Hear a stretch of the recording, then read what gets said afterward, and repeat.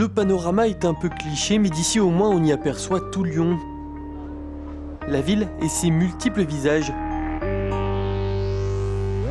Lyon, la Cato. Lyon, la bourgeoise. Et Lyon, la bobo. À panorama cliché, triptyque cliché, Cato, bourgeois, bobo, autant d'images qui collent à la peau de la ville jusque dans ses rues les plus fréquentées. C'est plutôt une ville un peu bobo quand même. Bobo, Cato et bourgeois. Moi je suis chez les bobos, j'habite sur les pentes. Ouais. Bobo, Cato, populo, un peu tout en fait. C'est un peu bourgeois des fois, mais il y a de tout, donc c'est ça qui est bien.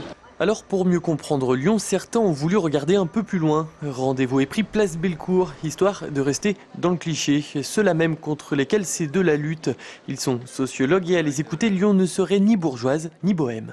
Un des objectifs, c'est effectivement de voir ce qu'il y a de vrai dans ces images, parce qu'il y a des parcelles de vérité dans ces images, et puis de mettre en évidence aussi d'autres catégories sociales que soit les canuts, soit les bourgeois, soit les bobos. Sociologiquement, on ne définit pas le Lyonnais. Il n'y a pas un Lyonnais. Il y a des catégories lyonnais qui ont des pratiques, qui ont des représentations diversifiées. Voilà. Le Lyonnais est donc divers, plus diplômé et plus jeune que l'on veut bien le croire. Les 2/3 de la population ont moins de 45 ans. La ville et ses changements attirent, et de loin. Ainsi, 38% des Lyonnais viendraient d'une autre région, changeant par là même le visage de Lyon. La ville attire et les populations qui s'installent attirent aussi d'autres populations.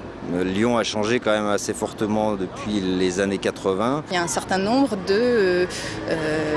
d'événements culturels, d'événements festifs, d'aménagements aussi qui font qu'il y a une espèce de douceur de vivre un peu à l'italienne quelque part qui se met en place à Lyon. La sociologie de Lyon, c'est à découvrir dans ce livre aux éditions de la Découverte. Attention, un Lyonnais en Vélove et sur les berges, c'est aussi, paraît-il, un cliché.